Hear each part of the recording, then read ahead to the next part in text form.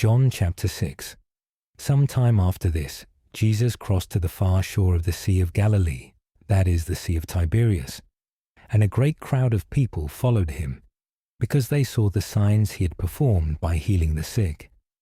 Then Jesus went up on a mountainside and sat down with his disciples. The Jewish Passover festival was near. When Jesus looked up and saw a great crowd coming toward him, he said to Philip, "Where shall we buy bread for these people to eat?"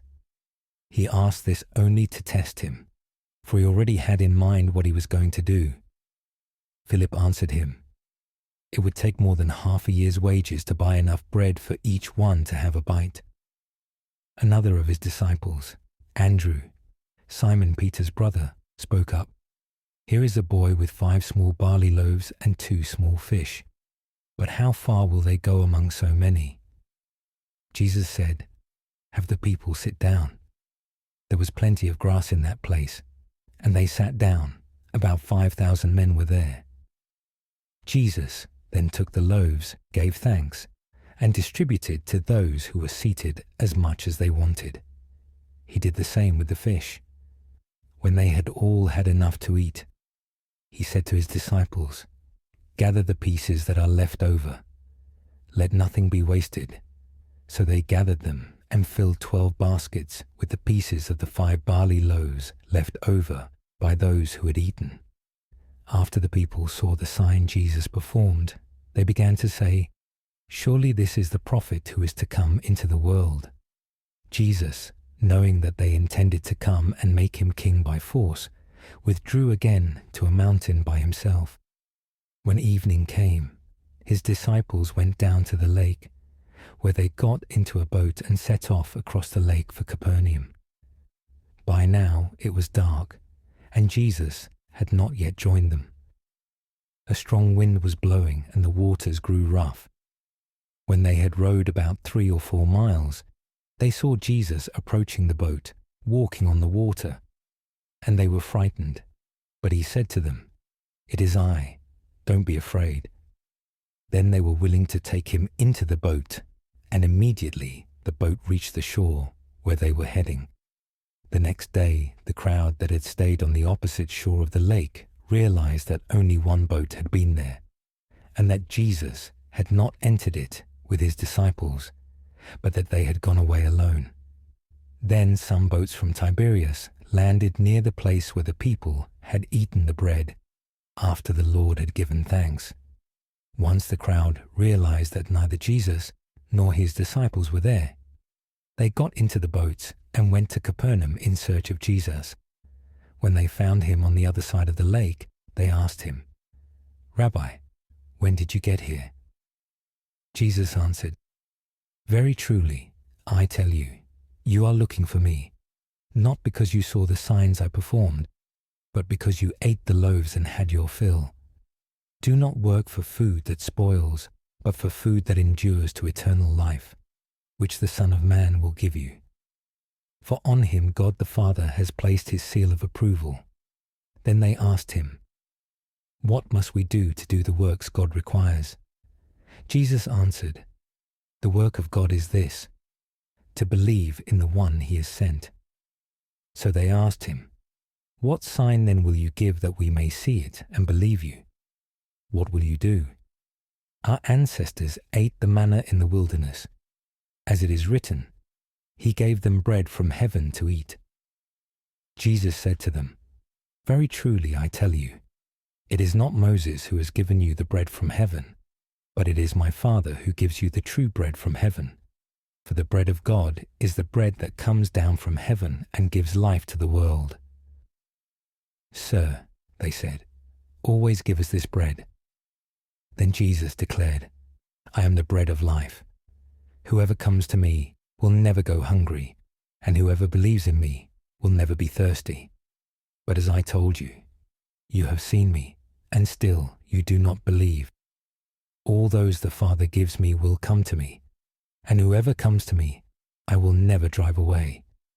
For I have come down from heaven not to do my will, but to do the will of him who sent me. And this is the will of him who sent me, that I shall lose none of all those he has given me, but raise them up at the last day. For my Father's will is that everyone who looks to the Son and believes in him shall have eternal life, and I will raise them up at the last day." At this the Jews there began to grumble about him because he said, "I am the bread that came down from heaven." They said, "Is this not Jesus, the son of Joseph, whose father and mother we know? How can he now say, 'I came down from heaven'?" "Stop grumbling among yourselves," Jesus answered. "No one can come to me unless the Father who sent me draws them, and I will raise them up at the last day. It is written in the prophets, 'They will all be taught by God.' Everyone who has heard the Father and learned from him comes to me. No one has seen the Father except the one who is from God. Only he has seen the Father. Very truly, I tell you, the one who believes has eternal life. I am the bread of life. Your ancestors ate the manna in the wilderness, yet they died. But here is the bread that comes down from heaven, which anyone may eat and not die. I am the living bread that came down from heaven. Whoever eats this bread will live forever. This bread is my flesh, which I will give for the life of the world." Then the Jews began to argue sharply among themselves. "How can this man give us his flesh to eat?" Jesus said to them, "Very truly I tell you, unless you eat the flesh of the Son of Man and drink his blood, you have no life in you.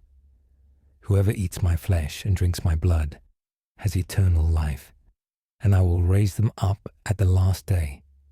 For my flesh is real food, and my blood is real drink. Whoever eats my flesh and drinks my blood remains in me, and I in them. Just as the living Father sent me, and I live because of the Father, so the one who feeds on me will live because of me. This is the bread that came down from heaven. Your ancestors ate manna and died, but whoever feeds on this bread will live forever." He said this while teaching in the synagogue in Capernaum. On hearing it, many of his disciples said, "This is a hard teaching. Who can accept it?"